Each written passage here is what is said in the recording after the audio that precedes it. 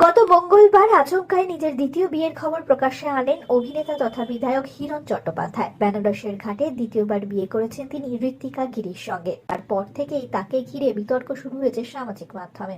একদিকে যেমন হিরণ নতুন জীবনে পা রাখছেন, তো অন্যদিকে তার প্রথম স্ত্রী একের পর এক অভিযোগ তুলেছেন তার উপর। এমনকি অনিন্দিতা জানিয়েছেন তিনি জানতেনও না তাদের বিয়ের কথা। অনিন্দিতার হিরণের এখনো ডিভোর্স পর্যন্ত হয়নি, সে কথা উল্লেখ করেছেন সংবাদ মাধ্যমে অনিন্দিতা। এই টানাপোড়েনের মাঝে অনেকেরই নজর ছিল Cine হিরণের gossip. 19 বছরের মেয়ে নিয়াশার দিকে।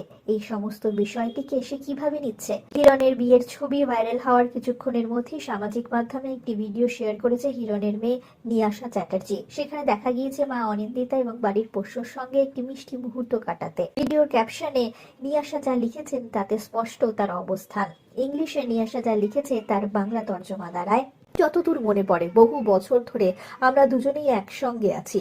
মায়া, মমতা আর অফুরন্ত ভালোবাসা দিয়ে তুমি একাই সব দায়িত্ব পালন করে চলেছ।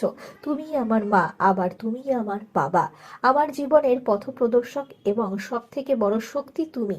সবকিছুর জন্য ধন্যবাদ, তুমি আমার আসল হিরো মা।